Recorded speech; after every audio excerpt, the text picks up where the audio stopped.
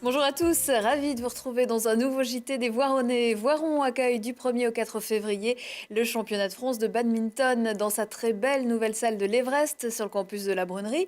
On en parle dans quelques minutes avec mes invités. André Gall, bonjour. Bonjour. Vous êtes adjoint au sport, à vos côtés Florent Massy, bonjour. Bonjour. Et vous êtes président du club de badminton du Pays Voironnais. Vous allez nous raconter comment vous vous apprêtez à accueillir cet événement. Mais avant cela, le sommaire et l'actu de la semaine. Le vert, c'est bien la couleur de l'hôpital. Il y a quelques jours, et alors que les fondations sont prévues pour début février, se déroulait un séminaire pour un hôpital écologique à Voiron. Tout à l'impro, la MJC accueillait vendredi soir un match de catch d'impro entre les Corpus Bang Bang et les Scarabées. Ils ont dû s'affronter dans une dizaine de situations pour glaner les faveurs du public. Et puis dans l'agenda des idées de sortie, au grand angle avec l'humour de Jarry, un Tartuffe revisité et un spectacle qui mêle danse et boxe en provenance du Brésil. C'est dans un écrin de verdure sur la zone des Marteaux que doit ouvrir au printemps 2020 le nouveau centre hospitalier qui permettra d'accueillir dans de bonnes conditions, dans d'excellentes conditions, tous les patients du Pays Voironnais. Il y a quelques jours, plus de 200 personnes se sont retrouvées dans l'amphithéâtre de la Brunerie autour du séminaire pour un hôpital écologique à Voiron. Un rendez-vous en collaboration avec le centre hospitalier et l'association Le Pic Vert qui proposait 6 conférences d'enseignants-chercheurs, de présidents d'associations et d'ingénieurs. C'est un hôpital écologique puisqu'il y a une dimension pour le coup environnementale et écologique forte à travers le choix de faire des compensations environnementales du fait de l'implantation de cet hôpital dans un endroit qui est déjà environnementalement remarquable. Donc il y a vraiment tout ce travail de compensation et d'accompagnement, de développement de la biodiversité tout au long du fonctionnement de cet hôpital-là. Ce que voient les professionnels, c'est effectivement des conditions d'accueil beaucoup plus et des conditions de travail beaucoup plus adaptées. Et puis tout cet espace finalement environnemental, puisqu'il y aura les bus, il y aura aussi tous ces espaces verts, parce que du coup ça donne aussi une qualité de vie au quotidien. L'apport il est multiple, il est au niveau santé pure, c'est-à-dire qu'on a des effets par exemple sur la douleur, sur les défenses immunitaires, et il y a un aspect qui va être plus psychologique mais qui touche en même temps le côté physique, c'est moins de stress, moins d'anxiété, et ça pour les malades. Mais pour les personnels soignants qui vont être exposés à ces plantes, c'est très positif. Dès 2019, le site verra naître un circuit pédestre pédagogique, des toits végétalisés, des ruches et l'aménagement d'un plan d'eau. Éric Métayer, Jamel Debbouze, Sophia Aram ou Arnaud de sa mère, tous ces artistes sont issus du théâtre d'improvisation. Une technique qui fait la part belle au lâcher-prise, mais pas seulement. La MJC de Voiron organisait un match de catch d'impro il y a quelques jours. Benjamin Bellet est allé y faire un tour. Un arbitre, 2 équipes qui se disputent la victoire. Nous ne sommes pas à un match de hockey, mais bien à une représentation. Bienvenue dans le monde du théâtre d'improvisation et plus précisément du catch d'impro. Alors petite merde, qu'est-ce que tu faisais le soir où ton maître a été assassiné?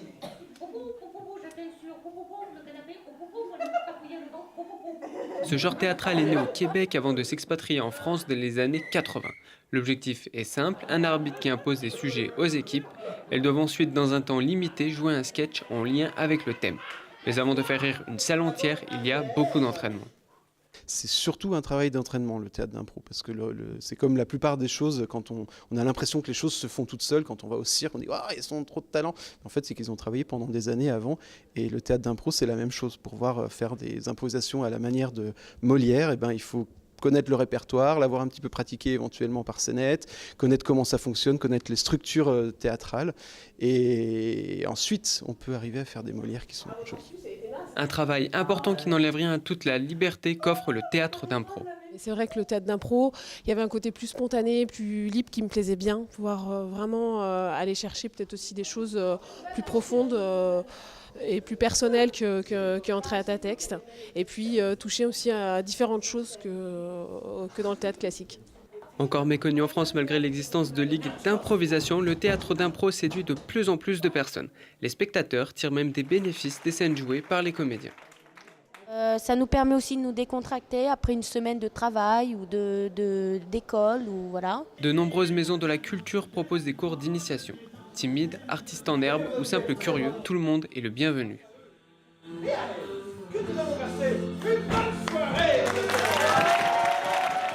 Et prochaine bonne soirée prévue à la MJC, le concert du groupe Levla, vendredi 2 février à 21h. Ambiance balade, bossa et standard de jazz. Un mot de sport en rugby, championnat fédéral 2, le SOV s'est imposé à domicile dimanche face à Pontarlier, le score 46-23. Et puis en National 1 de basket, le PVBC recevra l'équipe de Fétia samedi au gymnase Chotard.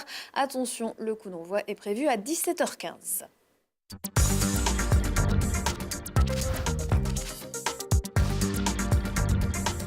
Les meilleurs joueurs français de badminton ont rendez-vous du 1er au 4 février sur le campus de la Brunerie à Voiron. Je me tourne vers mes invités. André Gall, je rappelle que vous êtes adjoint au sport. Florent Massy, vous êtes le directeur du club local de badminton. Cette salle est ouverte seulement depuis l'été dernier. Est-ce qu'au moment de sa construction, on était là pour la première pierre, la possibilité d'accueillir un championnat de France était déjà dans les tuyaux et surtout aussi vite? Oui, c'était dans les tuyaux et puis vite, oui, parce que je pense que le bâtiment, la structure qu'on a aujourd'hui, c'est la plus belle de France. Elle a été pensée un peu pour ça, pour accueillir des grands événements. Ouais. Des gros événements voire nationaux et internationaux. Du coup, la fédération devait avoir un œil sur les travaux, un œil attentif, j'imagine. Bien sûr. Ils ont suivi tout ça. Ils ont bien suivi tout ça. C'est un événement important pour la ville. Quelle retombée vous attendez ?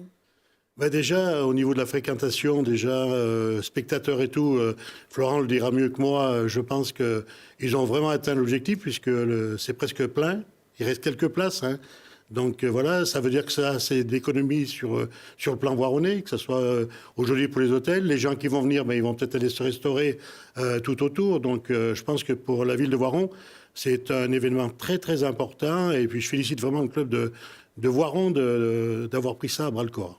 Alors vous y êtes depuis combien de temps sur cet événement? Ça se prévoit combien de temps à l'avance? Alors ça se prévoit à partir du moment où il est attribué, où on commence déjà un peu à travailler avant, mais réellement il était attribué sortie du printemps de l'année dernière, au mois de mai, où la fédération nous a dit on a bien regardé votre dossier et on vous accorde l'événement. C'est bon, on y va. À partir de ce moment-là, voilà, c'est un point clé, on commence à travailler très durement parce qu'on sait que l'événement il se fera à Voiron.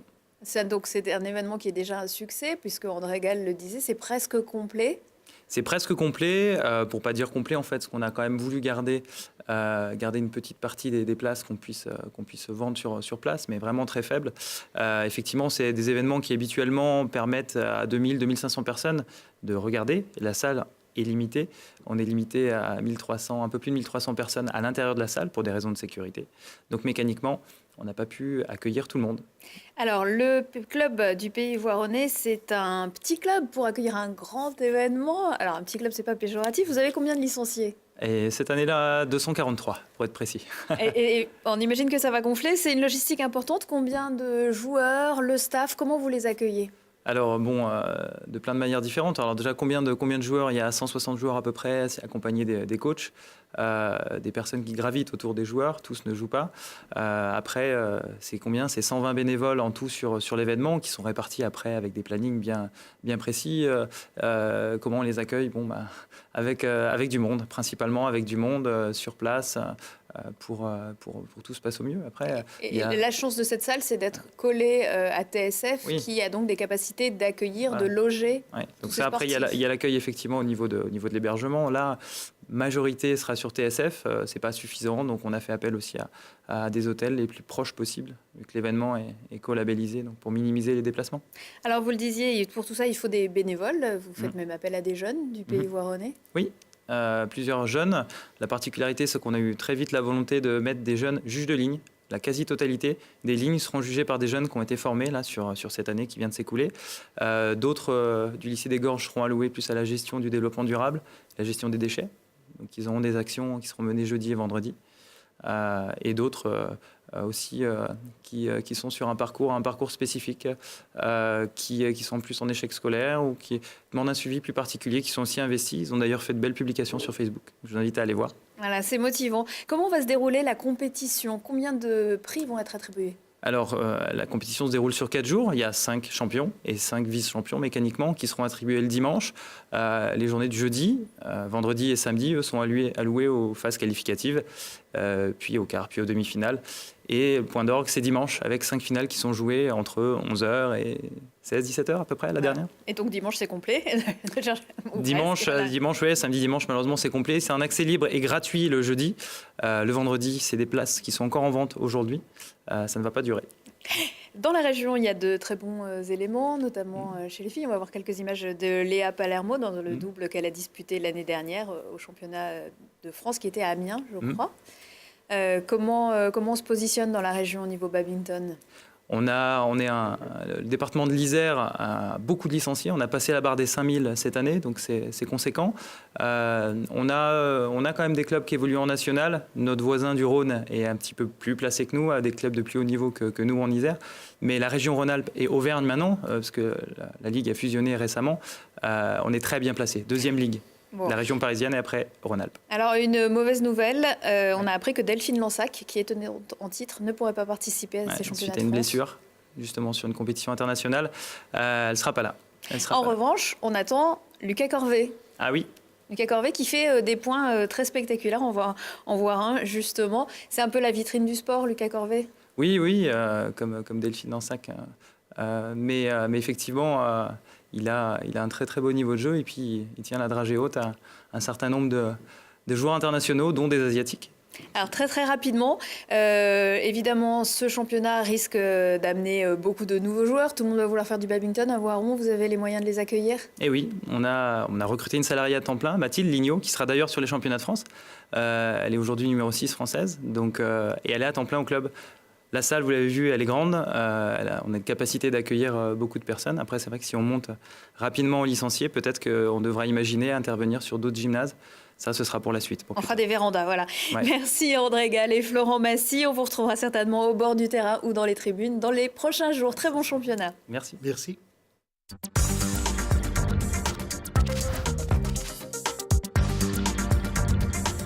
L'humoriste Jarry vous entraîne vendredi soir au Grand Angle dans sa recherche d'emploi. Un spectacle à la croisée du stand-up et de la galerie de personnages.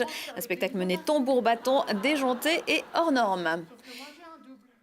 Molière dans tous ses états. Éric Massé monte avec la compagnie Les Lumas sa version de Tartuffe. Tartuffe Nouvelle Ère, c'est à voir mardi 6 février au Grand Angle. Le public pourra rencontrer les artistes à l'issue de la représentation. Ils ne mesurent même pas 1m40 et ils ont un projet fou. Ne manquez pas d'aller écouter et soutenir mercredi soir à la salle des fêtes le Jules Ferry Brass Band. Une centaine d'enfants, 70 trompettes, 30 trombones menés par le Conservatoire de Voiron qui espère partir à la Nouvelle-Orléans en 2019. N'oubliez pas de venir les soutenir. Et puis on se quitte avec le Box Box Brasil, un très beau spectacle dans lequel le chorégraphe Mourad Merzouki invite le Quatuor de Debussy pour jouer avec les contrastes et les similitudes entre danse, boxe et musique. Très belle semaine à tous.